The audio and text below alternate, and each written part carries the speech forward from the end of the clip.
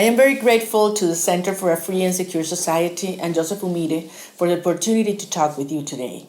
Our region is facing critical times.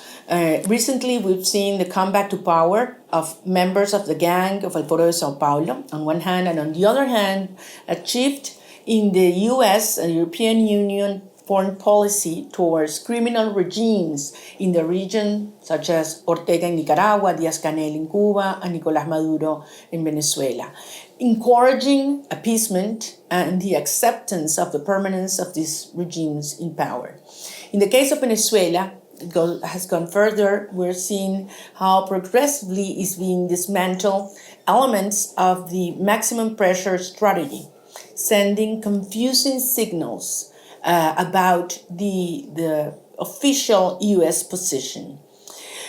All this has favored a very well-funded operation to whitewash the face of Maduro and his crooks, pretending to give the idea that the situation in Venezuela is improving. But reality is stubborn, and the truth is that migration keeps growing and won't stop as long as Maduro is in power. Social unrest is intensifying, and children are dying from hunger. Let's face it, we have one opportunity in 2 years. The regime seeks desperately to get legitimacy through a presidential election that is totally controlled by them, but that wants to show a democratic facade with the complicity of some international actors. The failure of the interim government, in addition, and the recent accusations among the actors and groups that were part of it has generated outrage and mistrust in society that claims now for an urgent and true change in leadership.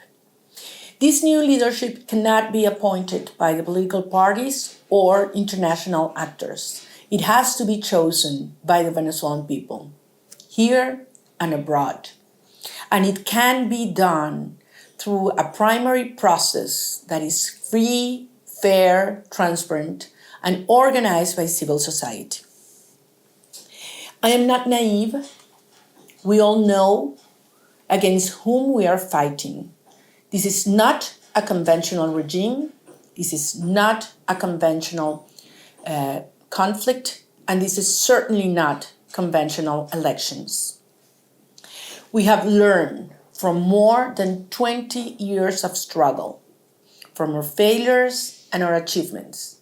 We have learned through citizen organization and international pressure.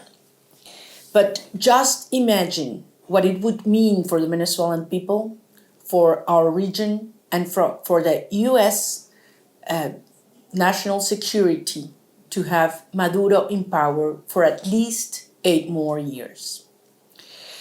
My decision to participate in the primary process goes beyond my intention to run for office. It has to do first and foremost with the imperative need to build up a formidable citizen movement that finally can achieve our goal, defeat the regime and liberate our country, Venezuela.